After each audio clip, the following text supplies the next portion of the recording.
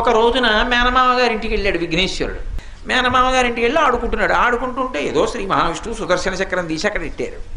పిల్లాడు కదా అటు ఇటు చూశాడు, ఏదో బాగుందని తొండంతో తీసుకుని నోట్లో పడేసుకున్నాడు. ఇంతలో ఏదో ఆపద వచ్చింది, రాక్షసులు వచ్చారు దేవలోకం మీదకి, వాళ్ళ మీద యుద్ధం చేయాలి, చేతిలో సుదర్శన చక్రం కావాలి. ఈ మేనల్లుడు కొట్టలేడు, అవతల చూస్తే అవసరం, చక్రమా ఆయన కడుపులో ఉంది, ఏం చేస్తాడు? చూసి పిల్లాడిని నవ్విస్తే పొలమారితే చక్రం బయటపడిపోతుందని ఏం చెయ్యాలో అర్థం కాక ఇంత శ్రీ మహావిష్ణువు వింత చేష్ట చేశారు. ఆయన ఇలా పట్టుకొని గుంజీలు తీశారు. తీస్తే ఇంతటి విష్ణువు గుంజీలు తీస్తుంటే అదేదో చిత్రంగా అనిపించింది. మాయ ఏమిటదని పక నవ్వాడు.